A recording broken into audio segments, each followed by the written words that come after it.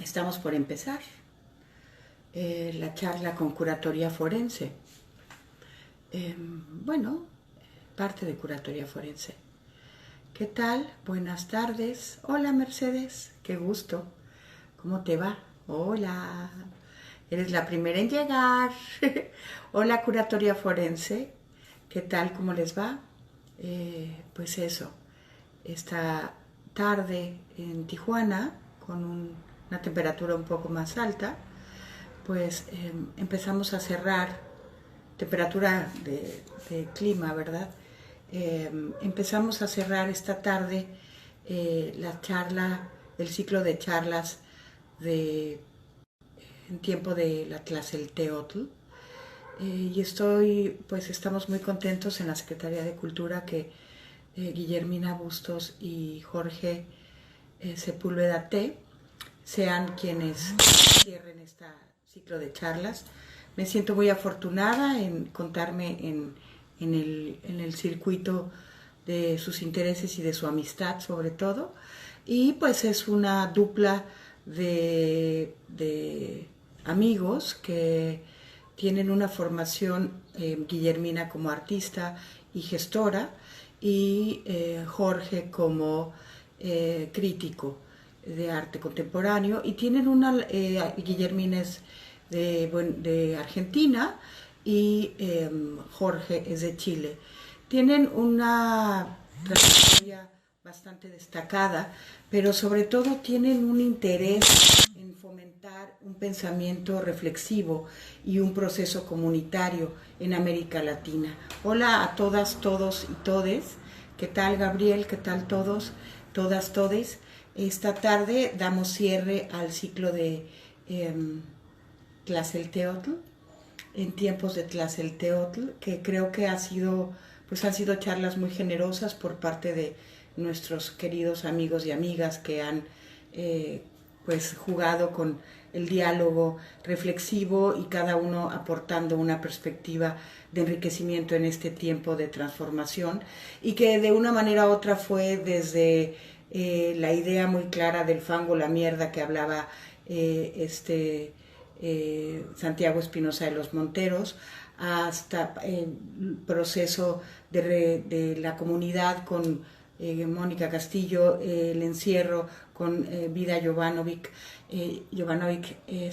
y pues poco a poco hasta la parte como muy orgánica y, y de unión corporal pasamos después a la reflexión de México en crisis y la parte como social, la parte social de este proceso de transformación. Y entonces le pedí a Jorge y a Guillermina que si nos compartían sus reflexiones, que son tan tan ricas y tan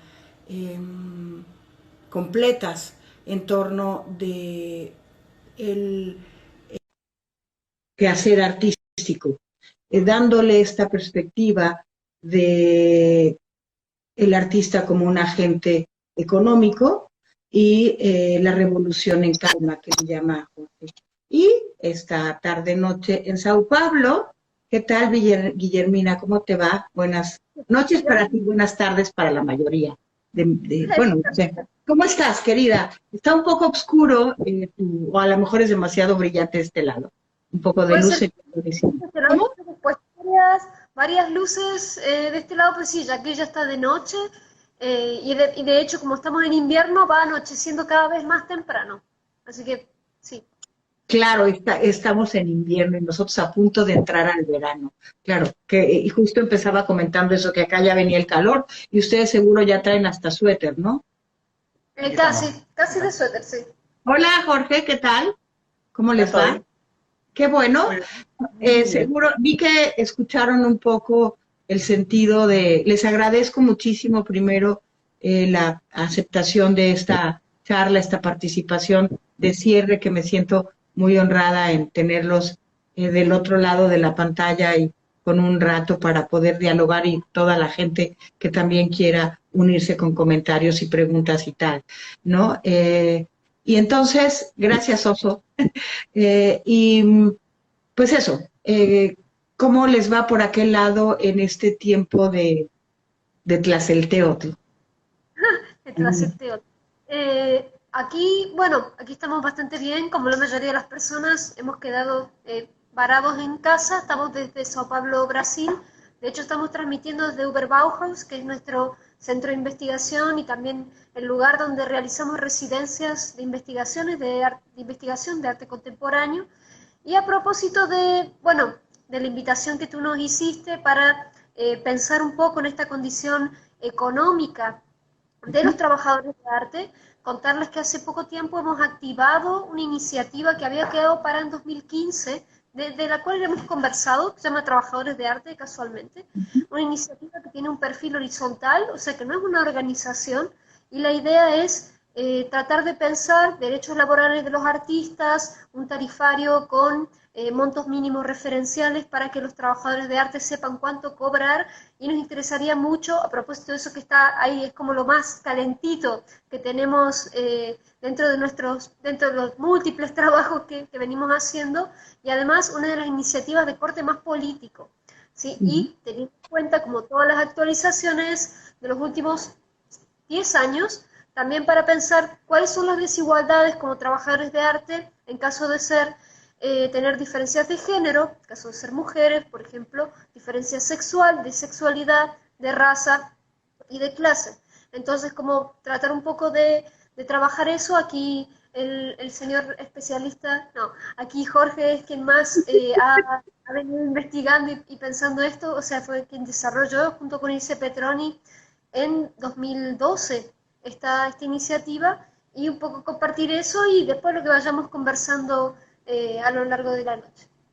Perfecto, venga, pues entonces compártenos eso que acabas de comentar de más aterrizado en un comentario, Jorge. Sí. Muchas gracias. Ya. Bueno, saludos a todos, muchas gracias Olga por la invitación y por toda la gente que se está integrando a la conversación. La situación de nuestro diagnóstico es más o menos este. La situación en que estamos viviendo ahora, ¿sí? Esta situación de distanciamiento corporal, de confinamiento y esta situación que es descrita como una emergencia, es precisamente eso. Emerge las cosas que nosotros veníamos viviendo hace varios años atrás en el sistema de arte y tal. La precariedad o la precarización en el trabajo del artista, en el trabajo de todos quienes participamos en el sistema, no es algo que haya ocurrido ahora, sino ahora emerge, ¿sí? De la misma manera, como mencionaba Guillermina, las diferencias notorias de clase, las discriminaciones de raza, de género y todos los tipos de discriminaciones en un sistema que es jerárquico, vertical, excluyente, que es opaco, ¿sí? Que oculta sus reglas para ser más eficiente, para ser... la perversión, para hacer más eficiente la perversión. Para ser más eficiente la perversión, o sea, para que la capitalización sea de unos pocos, ¿sí? Y la precarización sea de todos, ¿sí? Así, haciendo un resumen de este neoliberalismo acelerado en el que veníamos viviendo. Ese es el punto que a mí me interesa insistir.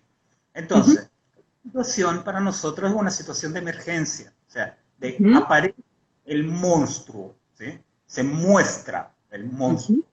Nosotros siempre supimos que estaba viviendo en casa, ¿sí? A mí me encanta, y conversamos hace, no sé, 15 años atrás con una curadora venezolana que ahora vive en Colombia, Nidia Gutiérrez. Ella me comentaba este asunto de am Heimlich, ¿sí? Decía, lo que parece familiar, ¿sí? Sí, la precarización en casa del monstruo y de acostumbrarnos a esa precarización, ¿no? Tal cual. Entonces, es aquello que parece familiar y repentinamente se muestra terrible, se muestra perverso.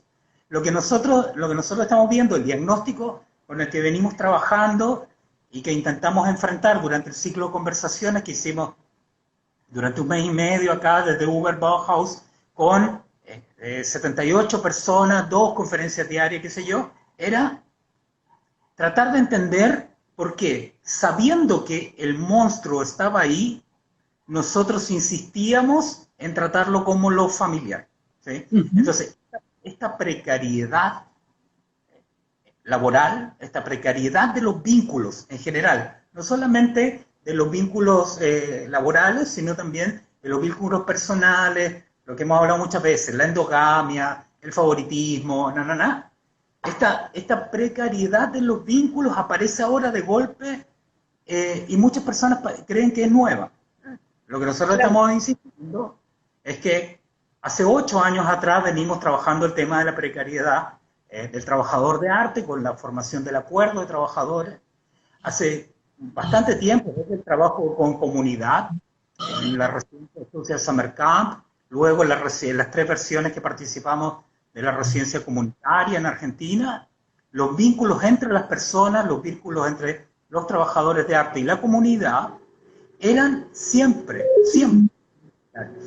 Y este momento los hace aparecer, los hace emerger todos a la vez.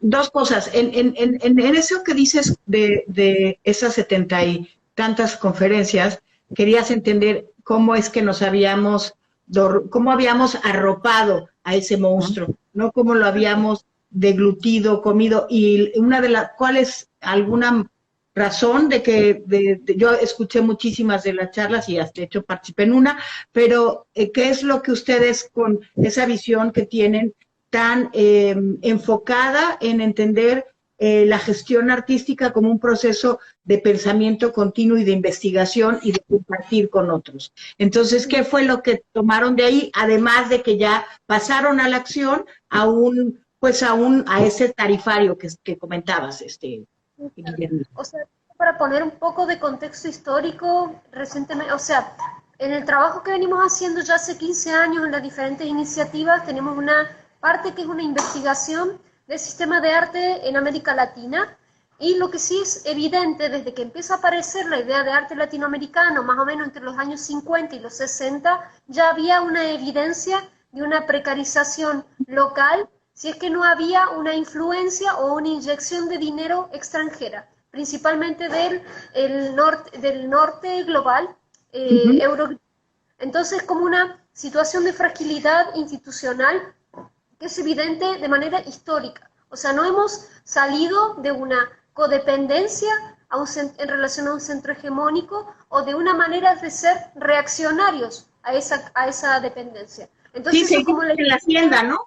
Seguimos en tiempo que las haciendas, ¿no? Con otro tipo de casa, de tienda de raya. Exactamente. Tal cual. Nosotros veníamos conversando hace un tiempo con unos amigos y decíamos, ¿por qué estábamos acostumbrados a la convivencia con esta precariedad? Porque así fuimos enseñados. Y porque tenemos que ser leales a nuestra herencia, por un sentido de lealtad absurda, probablemente, ¿no? De sentirnos con esta lealtad a nuestra herencia.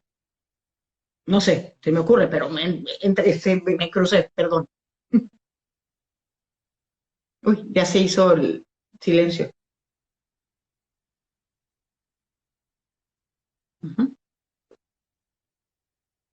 Los demás que dice un segundo Jorge, están ellos la conexión. ¿Qué piensan los demás? Sí, entiendo que se cortó la comunicación. En esa medida, también por otro lado, esta cosa de ahorita seguro se volverán a conectar, es la otra parte, ¿no? O sea, durante este tiempo de emergencia, parece ellos vienen estudiando desde hace 15 años este proceso o de más tiempo, y en este momento se hace mucho más notorio, se hace mucho más, la calma hace que emerja, y yo digo, es por eso lo de florecer, ¿no? Como esa conciencia de termina de pasar algo para que una gran germinación de la primera, a lo mejor la primera carnada de ese monstruo, ¿no? No sé. Sí, ya vuelven, entiendo. ¿Me solicitan ustedes para anexarlos o cómo hacemos, corazones? Bueno. ¡Ah! ¿Qué pasó? Hay un pequeño asunto en nuestra comunicación. Entonces,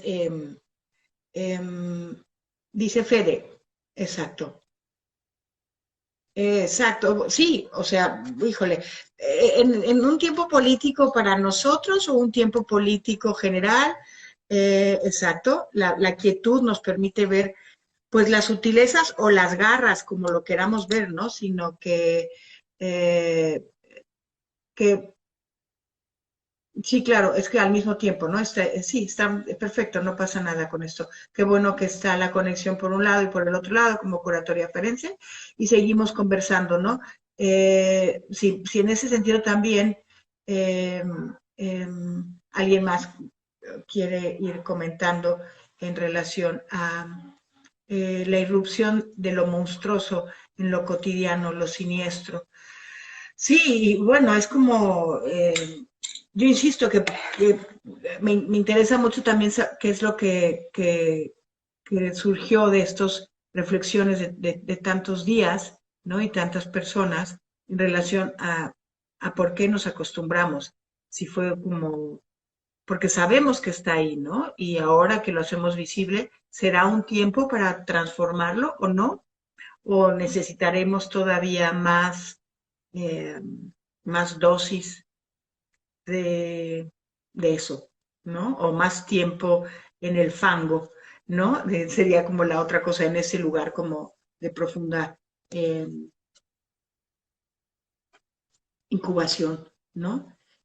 Pero bueno, también creo que es importante, a ver, creo que ya los puedo, perfecto, perfecto, exacto. Muy bien, y creo que seguían escuchando, ¿no? Si es necesario o no este tiempo de más tiempo para escucharnos, el Aquí momento estamos. de vivir en él. Qué bien que te conectaste también por el otro lado, porque así siguió la conversación y creo que escuchaban, ¿no? Muy Sí, bien. Entonces, estábamos en que qué salió de ahí, de esas escuchas, de las 70 y tantas personas, por un lado. Y por otro sí. lado, si este sistema es un sistema de lealtades o no Ujú. queremos transformarnos, o cómo es que ustedes sienten esa situación Sí, mira, y piensan. haciendo un resumen muy Ajá, rápido, porque fueron muchas horas de claro. conversación. Primero esto que conversábamos. Nosotros fuimos educados para entender que el sistema funcionaba de esta manera, que Ujú, debíamos ciertas lealtades, que favor con favor se paga, que el mercado, el único mercado posible es el mercado de venta de galerías, que la forma de validación son las estructuras cortesanas, o sea, la ujú, cortesanía, en el doble sentido de la corte, el ser validado por alguien, obtener tu certificado de hidalgo, o sea, de noble, empobrecido, es decir, como capitalista sin capital, ajá, esas cosas. Pobre de derecho. ¿Sí? Nosotros fuimos educados para ser buenos pobres de derecho. Y luego, más específicamente, cómo nosotros entendemos, a pesar de nuestra posición crítica frente al sistema, ujú, los usos posibles de la política en el arte. Por ujú, ejemplo, la asociatividad en el arte. Conversamos, por ejemplo, con Lorena Tavares, que es de Colombia, vive en Portugal y trabajó mucho en archivos. Y ella ponía un ejemplo, es qué es lo que estamos archivando en este ujú. momento de confinamiento, a qué le estamos dando importancia y qué estamos en qué momento estamos de una producción compulsiva que no soporta archivo. Conversamos Ajá, también vamos a hablar mañana también de esto, sobre la circulación de ideas hegemónicas a través de los memes, ¿sí? ujú, que apelan a los mayores temores, por eso generan risa, como decía Freud, la risa es la respuesta humana al terror, y son una forma de educación y tal. Entonces, durante estos días fuimos construyendo, desgranando, desarmando todas las predisposiciones que nos llevaron a tener este tipo de participación en el sistema. ujú, Conversábamos, con esto termino, Dale. conversábamos hace un rato atrás preparando un texto con Guille Guillermina, sobre la distancia que hay entre lo que efectivamente se produce, lo que efectivamente producimos como arte, como conceptualización y como relación con la comunidad, con la fantasía que tenemos de eso. El problema no es lo que hacemos, el problema es cómo fantaseamos la capitalización de lo que hacemos. Y es una interpretación fantástica, ¿no? Claro. Entonces, para cerrar las personas que compran la lotería fantasean que se la ganan. En rigor, forman una cooperativa de perdedores que se motiva con la fantasía del ganador de la lotería. ¿Sí? Entonces, conversamos con Guillermina y dice, ¿cómo abordamos esto? Hay que reconocer que la formación de esta cooperativa es el valor, no la fantasía que está puesta detrás. ¿Sí? Ni tampoco el logro sino esa condensación de la cooperativa, o sea, que se logre cuajar esa cooperativa. Bueno, perdón, creo, ¿no? No sé cómo lo describí. No, y sobre eso es algo que nosotros venimos insistiendo, no solamente en nuestra investigación. Nosotros, por ejemplo, cuando Curatoría Forense fue nómade, que fue casi 9 años, que era un nomadismo por toda América Latina, nuestro trabajo no estaba solamente en las capitales de países, sino, por ejemplo, en caso de México, trabajamos en Morelia, en Guanajuato, en Puerto Vallarta, en San Pancho, en Oaxaca, o sea, trabajamos en escenas locales. Entonces, no solamente cómo entender un fortalecimiento sur-sur, o sea, de América Latina para América Latina, desde América Latina, o sea, ocupando ese espacio de enunciación, sino también entender que ya hay centros hegemónicos dentro de nuestros países, que son puntualmente las capitales, y que se pueden establecer formas de relación. Esta no es una idea nuestra, también es de Justo Pastor Mellado cuando planificó la Trienal de Chile, entre escenas locales de tamaños similares que no sean codependientes de la capital. O sea, cómo superar el comportamiento paródico que tiene nuestra ciudad en relación a una idea de institucionalidad formal, una idea de producción de arte, una idea de sistema, sin tener en cuenta, como tú dices, que ya hay formas cooperativas, ya hay formas específicas de producción que son además mucho más interesantes porque responden a cuestiones locales, culturales. En el caso de Tijuana es muy evidente por el tema de la migración de la frontera, que es una cosa bien específica que no tienen otras escenas mexicanas. ¿Cómo se puede sacar provecho de eso? Sin de nuevo tener comportamientos que son paródicos y por tanto siempre van a ser subordinados a una estructura hegemónica que nunca se puede imitar de la manera en que uno desearía. Excelente. No, y además, y siempre, o sea, en la hegemonía, como una gran caca, alrededor andan sus moscas, ¿no? Sí, claro. Sí. Pero entonces, ¿y eso cómo se vincula con el agente económico?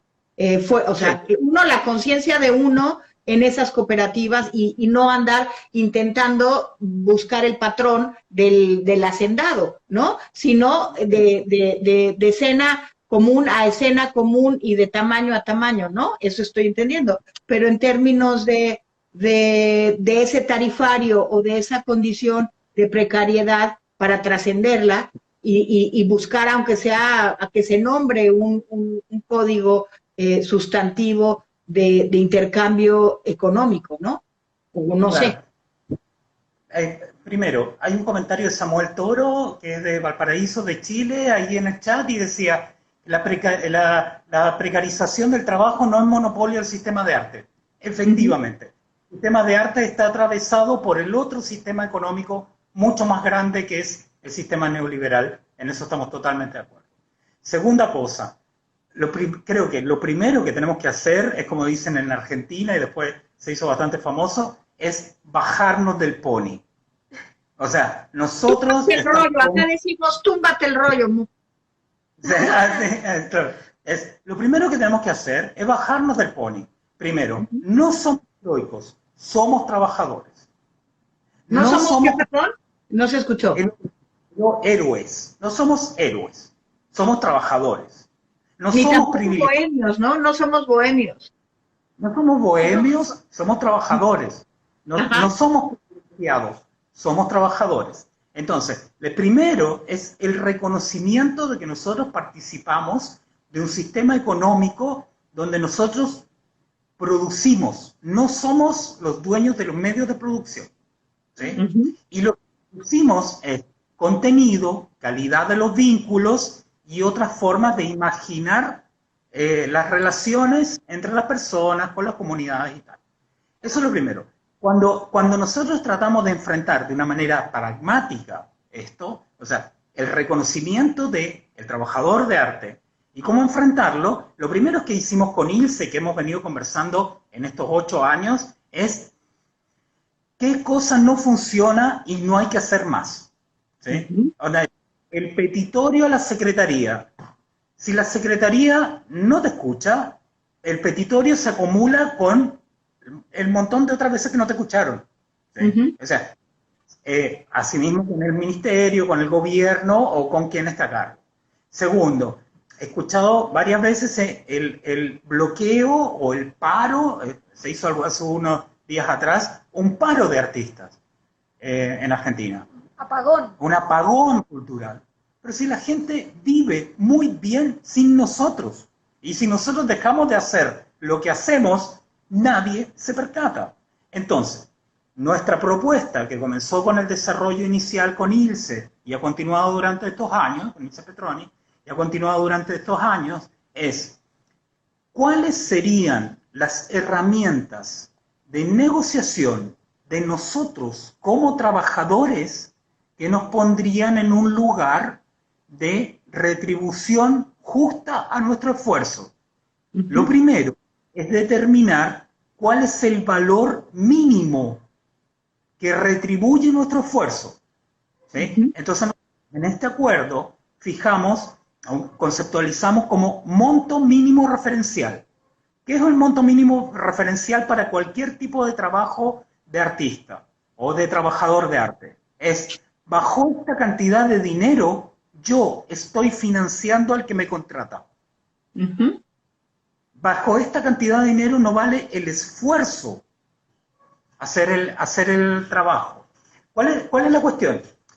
Como nosotros tenemos techo, comida hasta fin de mes y más o menos las cuentas pagadas, nosotros podemos rechazar trabajo, ¿sí?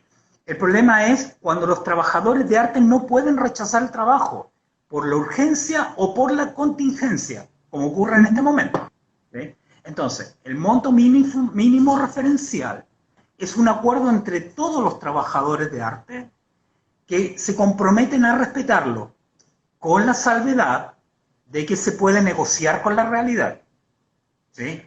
El monto mínimo referencial es más caro si tienen más trayectoria, obviamente. Bajo ese monto, en condición excepcional, se puede trabajar. Cuando una persona no tiene trayectoria, trabaja por capital simbólico. Después de la cantidad de capital simbólico, no se puede convertir en capital material, por lo tanto ya no vale la pena hacerlo. Entonces, lo que nosotros intentamos, ¿cuál es la idea fuerza detrás de la iniciativa de Trabajadores de Arte? Es, reconozcámonos como trabajadores y establezcamos un acuerdo sobre cuándo estamos siendo retribuidos por nuestro trabajo y cuándo no, para poder tomar una decisión informada. No es una ley, no es la pretensión de una ley, y no es un contrato, es la pretensión de establecer un mínimo como todos los órganos colegiados tienen. El colegio de contadores, el colegio de secretarias, el colegio de ingenieros tienen... Claro. Sí, por lo menos yo también diría una conciencia de ese mínimo, una conciencia de haz conciencia de eso porque salte de esa precariedad, salte del sistema de la hacienda, etcétera. Yo por un lado pensaba en, ahora que decías, yo he estado desde varios frentes y no lo he logrado, hacer una campaña de prestigio del artista. O sea, porque como bien lo decías, ¿no? O sea, somos esas personas que si no, un paro de qué, si a poco existías, ¿no? Entonces es como, porque, claro, ¿no? Entonces, en esa medida es como, bueno, hagamos, ¿para qué servimos? Informémosle a los otros, ¿para qué servimos? ¿No? En fin. Sí, no, y además entender, o sea, una cosa que viene en paralelo es una investigación que venimos haciendo específicamente sobre el mercado de arte, que surge a partir de un censo que se realizó en 2015, que hay algunos resultados publicados online y pronto vamos a lanzar una segunda edición, si todo sale bien, para publicar más resultados, donde determinamos, por ejemplo, entre una de las preguntas del formulario del censo era ¿de qué tú trabajas? En la mayoría de las respuestas, más del 70% de las respuestas de 3.000 personas de toda América Latina que respondieron al censo eran profesores. Se dedicaban a la educación formal, informal, universitaria, media o superior, pero estaban dedicados a la pedagogía. Un 20% más o menos tenía que ver con ser funcionario de Estado y un porcentaje muy pequeño, entre el 2 y el 3%, tenía trabajo en relación a venta de obra en galería. Entonces, como bien tú dices, Olga, ¿para qué sirven los artistas? ¿Para qué sirven los trabajadores de arte? Además, si uno quisiera pensar en relación a diferentes mercados posibles a los que nosotros podríamos acceder más allá de la pedagogía y la producción. O sea, ¿cuáles son nuestras capacidades específicas en relación, por ejemplo, al sector privado, en relación a otras funciones que el Estado requeriría o podría utilizar con nosotros? Conversábamos con este crítico chileno, Justo Pastor Mellado, y él decía, los artistas son antropólogos muy baratos, pueden establecer diagnósticos muy rápido, dinámicas en relación a comunidad, y además prácticas de intervención e interacción que pueden actualizar y modificar formas del imaginario de una forma muy eficiente. Entonces, una de nuestras grandes premisas también de entender desde esta investigación sobre mercado y de qué tamaño es el mercado y cuáles son las áreas de acción que nosotros tenemos como agentes económicos, como trabajadores de arte, cuáles son las que no hemos explorado como trabajadores de arte, cuáles son las que podrían potencialmente ser desarrolladas también. Claro. Aquí hay una cuestión que es muy importante. Para nosotros salir del lloradero,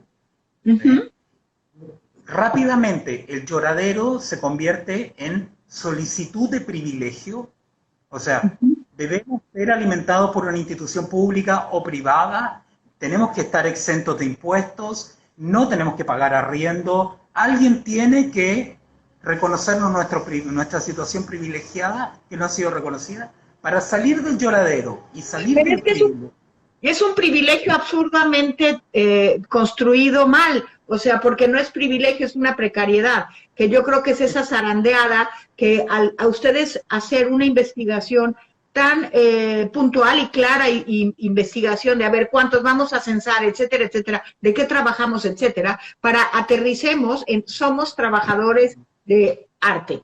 Ok, y a partir de ahí, y de esos, ¿cuántos realmente trabajan? O sea, esta cosa de túmbate el rollo, bájate del pony, ¿no? De que vas a ser el artista de galería, güey, eso es el 3% de una población tal, ¿no? Y en eso que sí, realmente el Star System es Star System, ¿quieres pertenecer a eso? ¿Para qué quieres pertenecer a eso? ¿Crees que es en fin, como que vienen cuestiones ontológicas, o sea, es como quitar nebulosa, ¿no? Y poner mucho más claridad de ubiquémonos y en esa medida sí seamos trabajadores orgánicos de una sociedad que transforme un proceso perceptual de la realidad y entonces sí empecemos a construir otro tripo, en sentido de trip, ¿no? Otro tripo de cosas, ¿no? Creo yo, no sé, como... Hay una cuestión ahí que venía de lo que estábamos conversando al principio. Primero, tenemos que sufrir una serie de desmitificaciones, ¿sí? Y además una serie de preconceptos aprendidos. El otro día estaba conversando en el chat con una persona en el WhatsApp de trabajadores del arte y entonces el problema de los artistas en un país es que no hay ministerio. A ver, las políticas públicas, desmitifiquemos con datos. Las políticas públicas en ningún país de Latinoamérica superan el 40% del presupuesto total. Por lo tanto, si lo que parece ser una solución, en realidad es una solución para el 40% del total del sistema. Otra parte, necesitamos tener subsidio para producción para vender obra. Ok, parece ser una solución, pero es una solución para entre el 2 y el 3% del total del sistema. Entonces, lo primero es reconocer cuáles son nuestras capacidades, qué costo y qué precio de qué transacciones hay vinculadas con eso y cuál es nuestra real influencia. Para entender esto, nosotros necesitamos datos, no convicciones. ¿Sí? La más difícil discusión con los artistas es lograr sacarlos de su ámbito de convicción. ¿Sí? Pasó en ese mismo día en ese chat. Dice, pero es que en este país hay 100.000 artistas. Y yo le pregunto, ¿y de dónde sacaste esa cifra? Es lo que me dijeron en la escuela. Excelente, porque en Argentina, estamos hablando de Argentina, en Argentina hay 12.000 artistas. No hay 100.000. En toda Latinoamérica hay 150.000. Entonces, para enfrentar un problema, nosotros tenemos que cuantificarlo y desmitificarlo. ¿Sí? Para eso hicimos el censo, para eso tenemos la comunidad de ADB que nos ayuda a entender las trayectorias de los artistas, o sea, ¿qué hicieron? ¿Con quién lo hicieron? ¿Qué relación tuvieron con la comunidad de artistas y con la sociedad en general? Y entender que las trayectorias no son comparables, pero son parametrizables. ¿Sí? Yo soy un artista, por ejemplo, yo soy un artista que me gusta trabajar con la comunidad. Si alguien me exige participación en bienales, pierdo, siempre. Si yo soy un artista que trabaja en colectivo de arte, si alguien me pide para un contrato exposiciones individuales, no sirvo para eso. Claro. Hay que reconocer las especificaciones del trabajo dentro del sistema y desmitificarlo. Lo que nosotros estamos tratando de hacer y la herramienta que hemos construido con el acuerdo de trabajadores es una herramienta de desmitificación. Nosotros queremos que se valore lo que hacemos en su justa medida, no como un privilegio ridículo de hidalgos, ¿sí? De nobles empobrecidos, ni tampoco enamorarnos de la precariedad que es la contingencia. Lo que nosotros estamos intentando hacer, es decir, en cada país, en cada escena local, hay dinámicas propias de mercado, de relación, hay que identificarlas, encontrar nuestro lugar en relación a esa dinámica y si no, trasladarnos a una escena local donde las dinámicas correspondan a los tipos de producción que nosotros tenemos.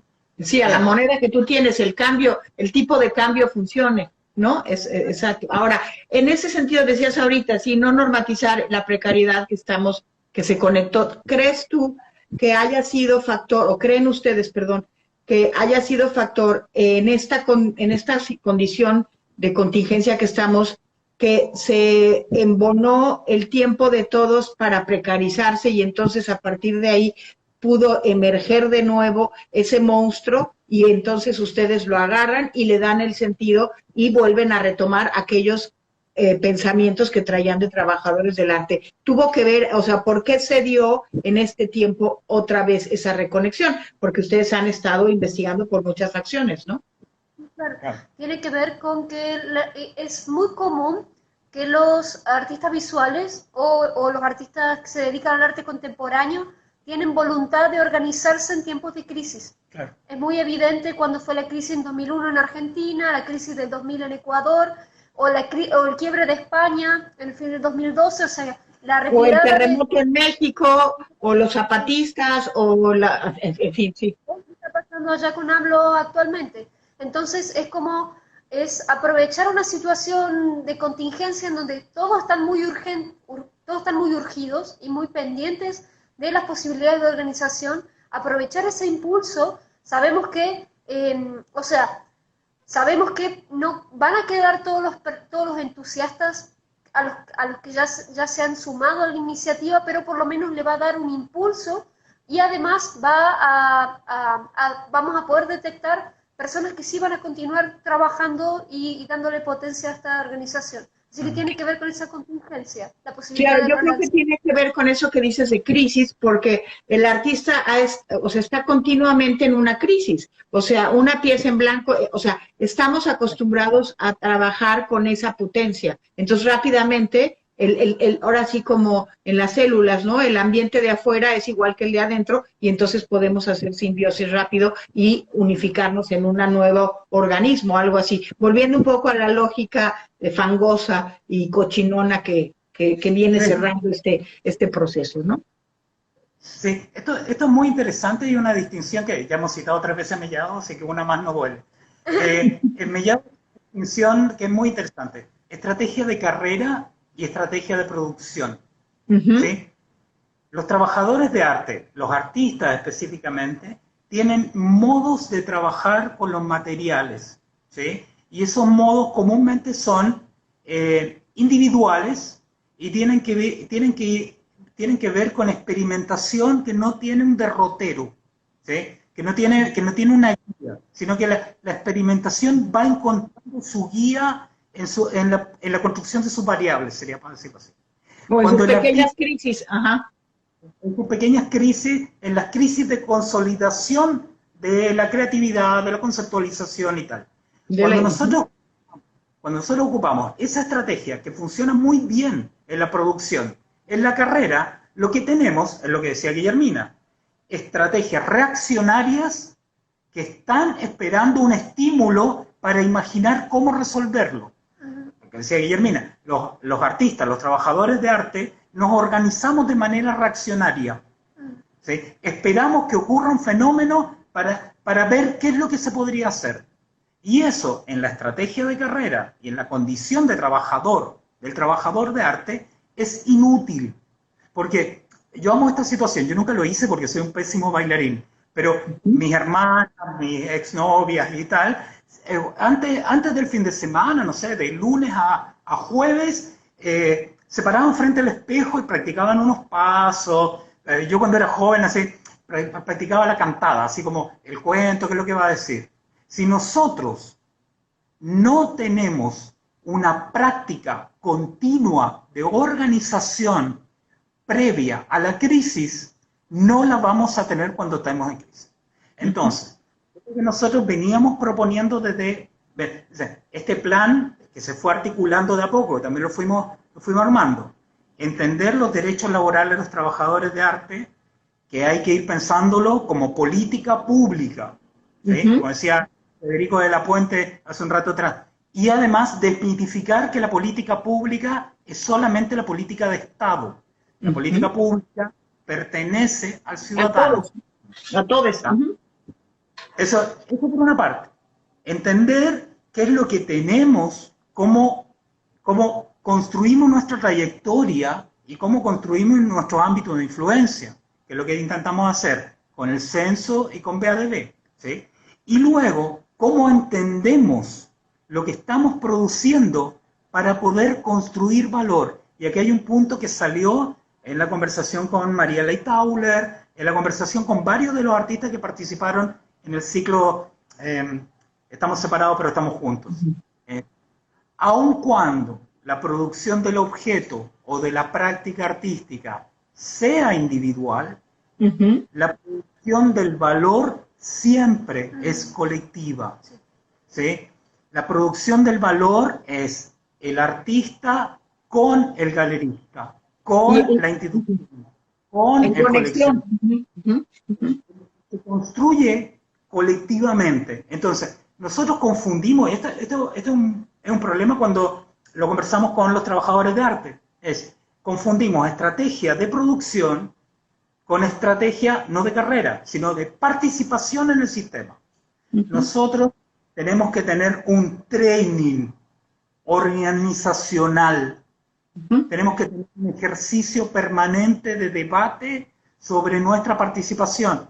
Y ahí es donde nuestras responsabilidades políticas y nuestras responsabilidades sociales son puestas a prueba. ¿Qué pasó ahora? De golpe, todo el mundo descubrió que teníamos responsabilidades políticas. De golpe, todo el mundo descubrió que el sistema era precario. Entonces Claro. nosotros bromeamos. A partir de ahora, todo el arte es de pandemia.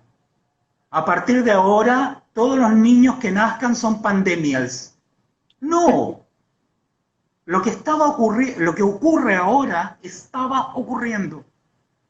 Y nosotros lo vemos ahora, sin tener las herramientas de organización, sin tener las herramientas de valoración y las herramientas de negociación.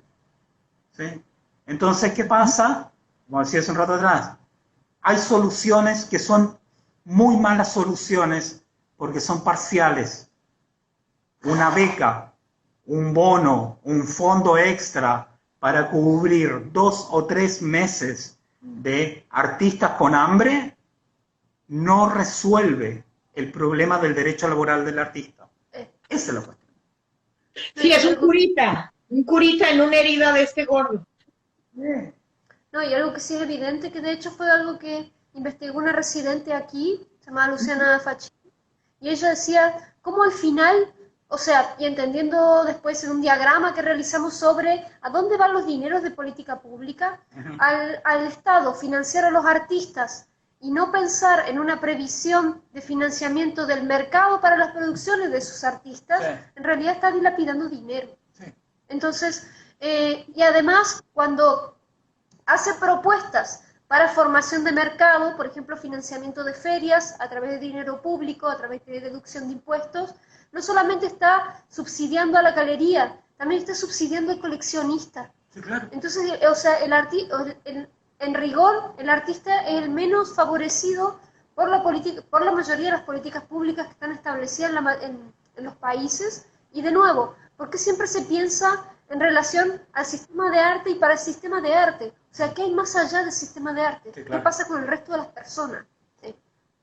O cómo se conecta el sistema del arte con el resto de las personas. ¿Por qué no intentar esa vinculación en la cotidianidad, ¿no? De cómo cada ser humano en una semana, por ejemplo, que haga una actividad creativa, ¿no? Por ejemplo, eso sería como un bonito proyecto. En fin. Sí. Yo creo que nosotros podemos hacer un ejercicio. Debiéramos en este momento, esta urgencia, nos debiera llamar a un ejercicio, no solamente lo que ya mencionaba, entender el valor, entender la retribución y la negociación, sino también entender en qué parte la forma en que nosotros hemos imaginado nuestro rol dentro del sistema de arte ha sido todo lo que criticamos. Ha sido endogámica, burguesa, de clase media, excluyente. De construcción de privilegio. Construcción de privilegio, discriminatoria y tal. Nosotros tenemos que hacer una revisión sobre eso. Sí, no tenemos que hacer un harakiri público, porque sería contrario a la negociación, digamos. Pero nosotros tenemos que entender que parte de lo que está ocurriendo, de lo que ha venido ocurriendo, tiene que ver con que nosotros no hemos comprendido nuestro rol en relación a la sociedad. ¿Sí? Nosotros, esta fantasía, este pony en que nos subimos, también nos ponía distancia. ¿Sí? Hay un chiste malísimo que yo adoro, que es de Lelutiers. Tendremos una estatua ecuestre, cuestre lo que cuestre. Es malísimo. Pero cuando nosotros nos subimos a este pony, nos estamos contando una fantasía que parte de esa fantasía está formada por distanciarnos de la sociedad. Pues es que es la mejor manera para poder tener inoperando un sistema. O sea, es como crear el cuento, pero como es un pequeño despertar, ¿no? La mejor manera es seguir estando en una cosa que no opera y que siempre está como enrarecida, porque sabemos que nuestra función real es creación de imaginario, creación de conciencia creativa, ¿no? Etcétera. Va por otro lado, no va para decorar casas, no va para enseñar a pintar, no va para otro tipo de engranaje interior, ¿no? Seríamos como los grandes Freuds del mundo, ¿no? O sea, en esa medida como de crear imaginarios conscientes, preconscientes, posconscientes, etcétera, y cómo se articula esa condición. Pero, y entonces, ¿por qué en las materias de historia o en las licenciaturas no hay, por ejemplo, procesos sensointelectivos de conocimiento humano o clases simplemente de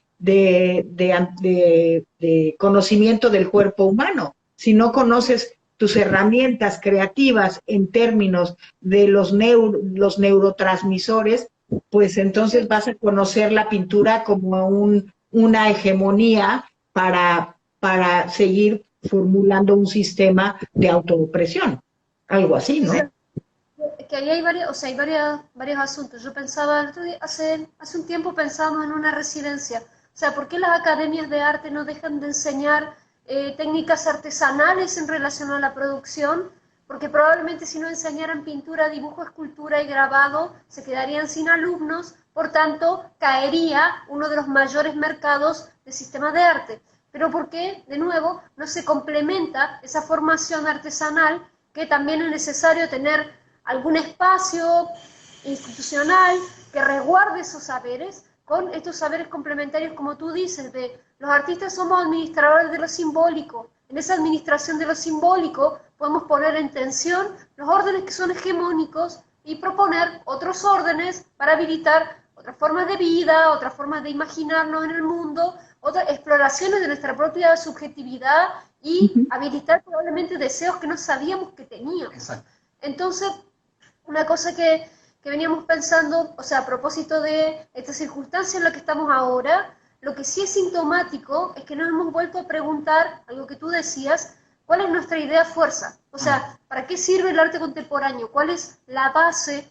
Ya que toda la parafernalia ritual del sistema desapareció, ya no hay más instituciones, está todo cerrado, no hay vernissage, no hay inauguración. Entonces, ¿qué es lo que nosotros hacemos específicamente? Más allá de esos rituales burgueses, más allá de esos espacios de reafirmación de privilegio excluyente. Y por eso es lo fascinante del tiempo de ahora, otra vez vuelvo a la clase del Teotl, ¿no? A nuestra diosa que corre por mi hora, sí, y por eso me puse hoy este huipil para cerrar, ¿no? O sea, blanco que está bordado, blanco sobre blanco, y bueno, en fin, son mis propias perspectivas simbólicas. Justamente ahí, ¿no? O sea, ya que se desmoronó todo esto, es perfectamente el momento para ponernos a construir y desde una base totalmente de análisis económico. Empecemos desde ahí para irnos, ahora sí que al andamiaje de atrás, para primero la cortina primera del telón y luego ya nos metemos al paso de gato y a los entramados y las luces y todo esto, ¿no? Pensando en la vida es puro teatro, ¿no? Sí, hay una cuestión que tú dices que a mí me parece súper interesante y la quiero agarrar desde tres partes. Primero, por una parte, nosotros somos un campo de conocimiento que tiene directa relación con un sistema económico, ¿sí? Esto que nosotros ya lo veníamos sabiendo por noticias, o sea, conseguimos trabajo o no, nos pagan bien o no, o leímos a Pierre Bourdieu. Cualquiera de las tres sirve de la misma manera.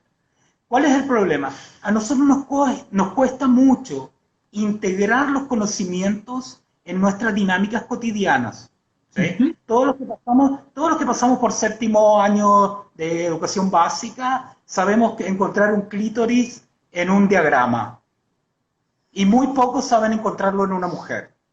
O sea, nosotros no tenemos una integración del conocimiento en nuestra práctica cotidiana. Exacto. De aquí hasta aquí. ¿Cuál es el segundo problema? ¿Cuáles son los tipos de involucramiento que nosotros tenemos con los conocimientos y con su contexto? ¿Sí? Comúnmente, lo que hemos vivido hasta ahora y que se hace evidente ahora es que el involucramiento ha sido de participación individual hacia lo colectivo. Participación colectiva. Entonces, el artista llega a la comunidad, le entrega cámara a los niños para que tomen fotos. O sea, lo formaliza, ¿sí? Lo jerarquiza, subordinándolos y los formaliza. Entonces se confunde el involucramiento colectivo con la imposición de una individualidad que se colectiviza, que no es lo mismo. Y la tercera parte, que es la que me parece más interesante de lo que tú estabas diciendo, es a la vez que nosotros somos seres que pretendemos estructurar conocimiento y establecer relaciones de comprensión del mundo y de comprensión del otro, ¿sí? Somos seres deseantes, ¿sí? Nuestros deseos están construidos de manera, muchas veces, que no comprendemos, ¿sí? Bromeábamos nosotros diciendo, detrás de cada escena local hay una obscena local, ¿sí? Hay formas en que se toman las decisiones que no pueden ser dichas, a veces porque no lo sabemos, otras veces porque espantamos a todo el mundo con nuestra motivación. Entonces, por un lado, la forma en que integramos el conocimiento, la forma en que creamos involucramiento colectivo, y por último, cómo nos hacemos cargo de eso que nos mueve y que muchas veces no podemos hablar, que es la diferencia que hacía Lacan entre goce y placer, ¿sí? Es más o menos eso. Para entender esto, nosotros tenemos que ser puestos a prueba, ¿sí? En la producción, en la relación. Y para poner a prueba nuestras capacidades y las capacidades de la cultura, tenemos que tener un contexto económico en general y financiero en específico que nos permita revisar la cultura. Ese es el valor que el campo del conocimiento de arte contemporáneo tiene para la cultura, porque si no, quedamos en manos de las modas de dona tu obra para alimentar un artista.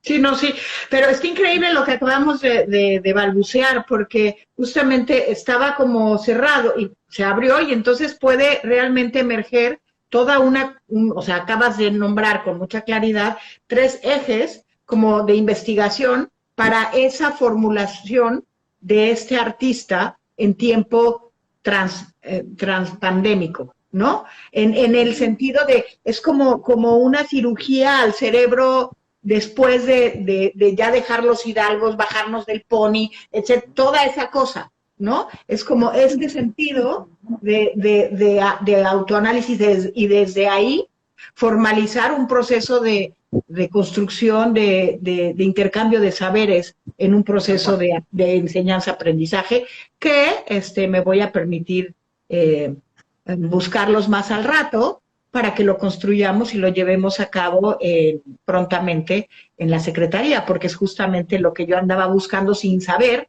que lo iba a terminar de construir en esta hermosísima tarde, que en 3 minutos Instagram nos va a decir ¡chao, chicos! Entonces, qué rico, y bueno, bueno, qué bueno que había toda una conversación también en los chats, ¿no? Entonces, qué bien, qué gusto, y se queda esto grabado, y para quien más acaba de llegar algunos, pero algunos comentarios de cierre, Guillermina.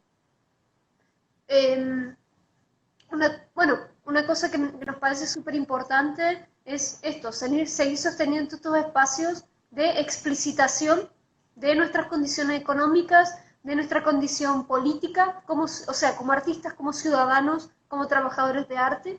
Y además, una cosa que también es complicada para América Latina, y por eso insistir en estos espacios de interrelación, es no quedar mirándonos el ombligo. O sea, lo que pasa en México es muy próximo a algunas cosas que pasan en Brasil, es muy próximo a algunas cosas que pasan en Colombia. O sea, hagamos una relación sur-sur, establezcamos relaciones entre nosotros, que además estamos atravesados por las mismas problemáticas y casi que por las mismas condiciones, y muchas veces sin saberlo, algunos han encontrado herramientas que le pueden servir a otros. Entonces eso, seguir sosteniendo estos espacios. Tenemos que seguir sosteniendo la tensión.